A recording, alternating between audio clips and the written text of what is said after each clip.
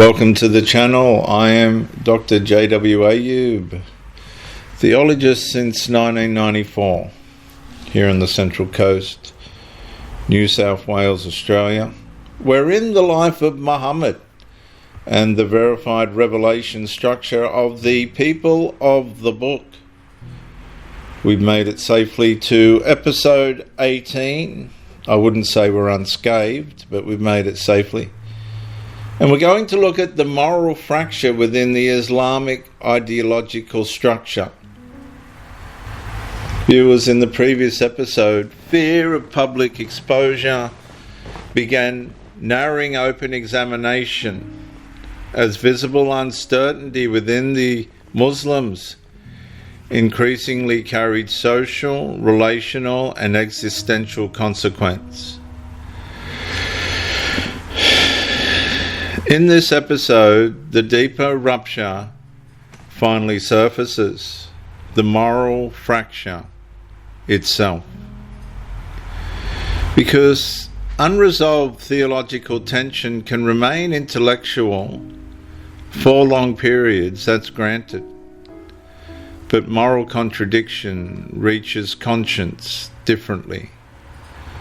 Especially once historical traditions begin revealing behavioural patterns, increasingly difficult to reconcile with the prophetic moral witness already established among the people of the book. And at first, many Muslims attempt compartmentalization, explanation, contextualization, reframing. But the Muslim's nervous system searches for stability because once inherited allegiance, emotional security, belonging, authority, and identity have fused deeply enough together with the Islamic ideology of Muhammad, conscience collision becomes extraordinarily destabilizing existentially, particularly psychologically. And for the Muslim, the pressure deepens there not merely because difficult material exists, but because the Muslim increasingly senses possible divergence between prophetic holiness, covenant morality, protection of the vulnerable,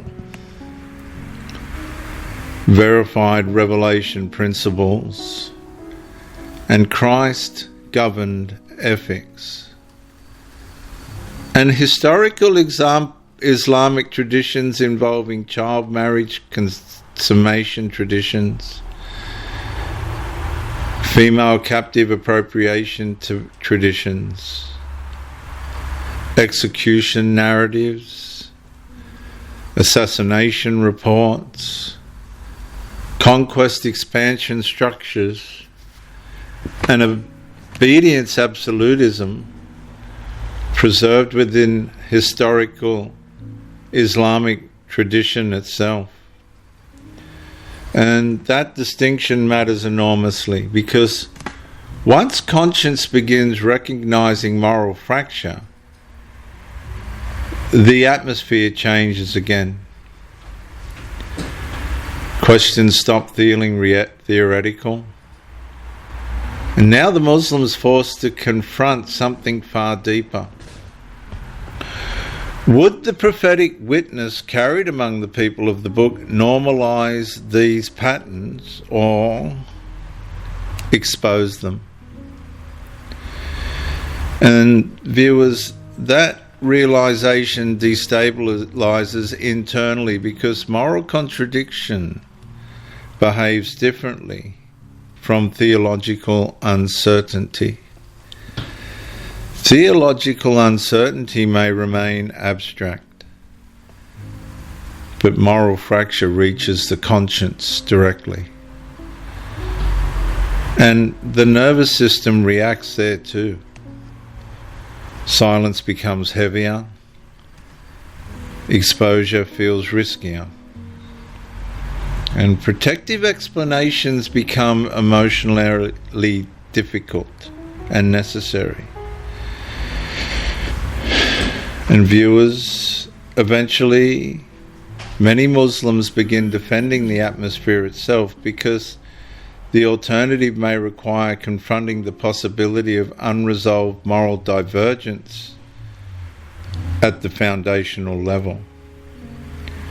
And that mechanism appears repeatedly throughout authority history, especially once identity becomes inherited, authority becomes moralized, preservation becomes protective, and dissent becomes socially dangerous, even catastrophic.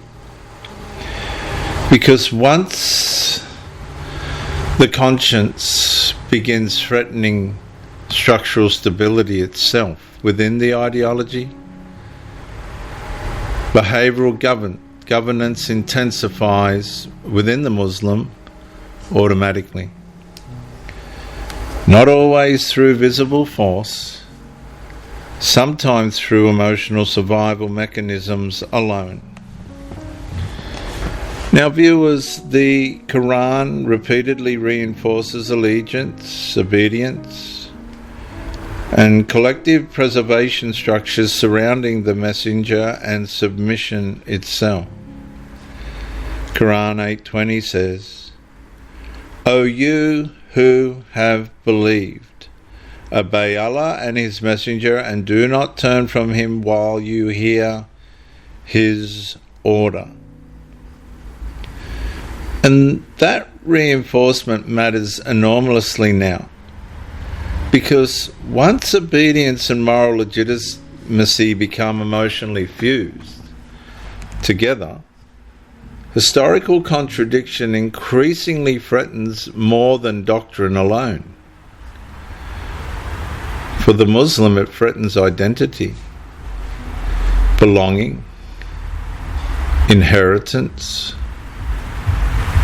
psychological equilibrium, and existential continuity itself. Yet, beneath the emotional preservation mechanisms, the unresolved questions still remain standing for the Muslim, for the Islamist. Does Muhammad's Islamic ideology revelation structure, historically recorded, truly reflect continuity with the prophetic moral witness already established and verified among the people of the book? Or for the Muslim, does the historical record reveal progressive moral separation beneath the continuity claim itself? Viewers, that distinction remains critically important, because throughout biblical revelation structure, moral accountability remained inseparable from prophetic legitimacy. Claims were tested, conduct mattered. Revelation remained accountable to verified holiness, covenant ethics, and prophetic continuity, as demonstrated in Acts 17 by the Bereans, who examined claims carefully against prior scripture rather than surrendering discernment to inherited allegiance, preservation instinct, emotional dependency, or fear-conditioned moral reinterpretation. Because verified revelation survives scrutiny without requiring moral compartmentalization. Atmosphere management, emotional suppression, or behavioural conditioning to protect allegiance from conscience itself. Viewers, I'm Dr. J.W. Ayub, theologist since 1994. I would ask you to like and subscribe to show that the channel is being at least seen. Press the bell if you like the content. If not, ignore it.